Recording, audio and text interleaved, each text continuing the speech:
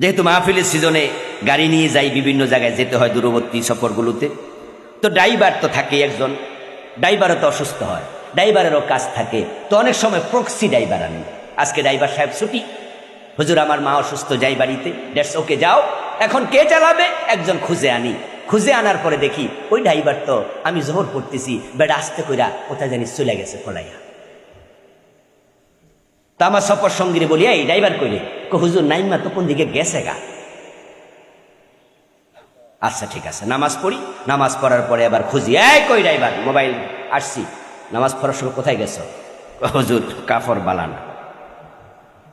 কাফর বালানা? তুমি কি মহিলা, হায়েজ হয়েছে তোমার? কয় না হুজুর। তাইলে সমস্যা কি? হুজুর প্রস্রাব। তাহলে প্রস্রাব ঠিক করো না কেন?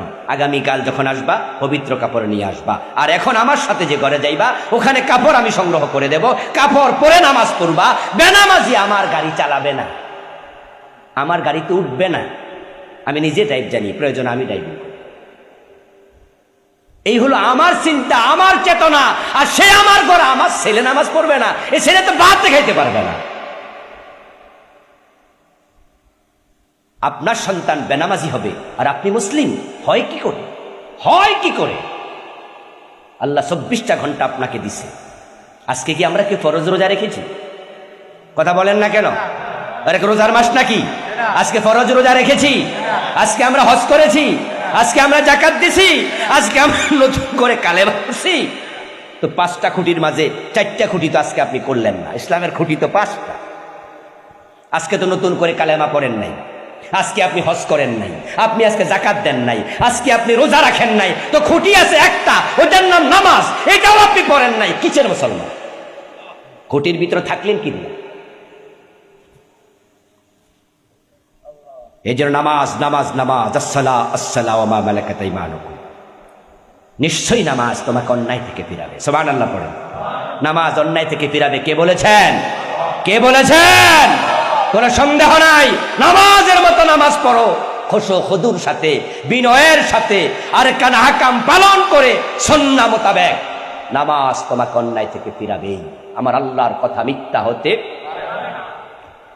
কিন্তু পরিতাপ, আমাদের দেশে আমরা অনেক নামাজি দেখি, নামাজও পড়ে, সুদেও টাকা লাগায়। এমন লোক বাংলাদেশে আছে না নাই? নামাজ পড়ে সুদ খায় এমন লোক আপনাদের চাঁদপুর থানা জেলায় নাই? এটা কোন থানা? হাজীগঞ্জ থানায় আসেনি? 2-4 জন আজকের মাহফিলেও।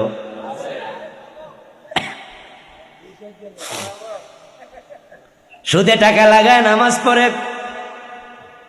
অফিসে যায় সকাল 10টা থেকে বিকাল 4টা পর্যন্ত অফিস করে, টাকা না দিলে ফাইলে সিগনেচার করে না। এমন নামাজি অফিসারও 2-4 জন আছে। প্রতি সিগনেচারে 500, 700, 1000, খাইতে খাইতে 2 পকেট বড়ি করে একবারে ভর্তি। হঠাৎ করে আবার কানে আজান, আওয়াজ আসলো, আসসালাহু হাইয়া আলাস সালাহ। এবার আস্তে করে অফিসার তার ক্লায়েন্টে কয়, ভাই দিলে তাড়াতাড়ি দেন, আজান হইয়া গেছে, নামাজে যামু। এবার ওযু করে মসজিদে যাইয়া নামাজে দাঁড়াইছে, দাঁড়াইয়া ইয়াকা নাবুদু ওয়া ইয়াকা নাস্তাঈন, ও আমার রব, আমি শুধু তোমার ইবাদত করি, আমি তোমার গোলাম। আল্লাহর আরশে আজিমের উপর থেকে কয়, গোলাম পকেটে গুলা কি? ইন্নাস সালাতা তানহা আনিল ফাহশাই ওয়াল মুনকার ওয়া লাযিকরুল্লাহি আকবার ওয়াহমুর আহলাকা বিসসালাতি ওয়াস্তাবির আলাইহা।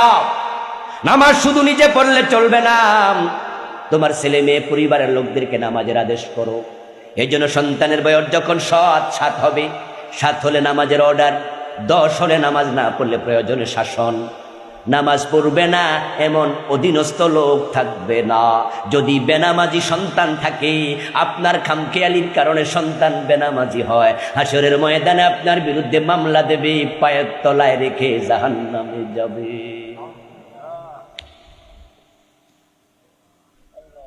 আপনার অধীনস্থ নামাজ পড়বেন, এটা হতেই পারে না।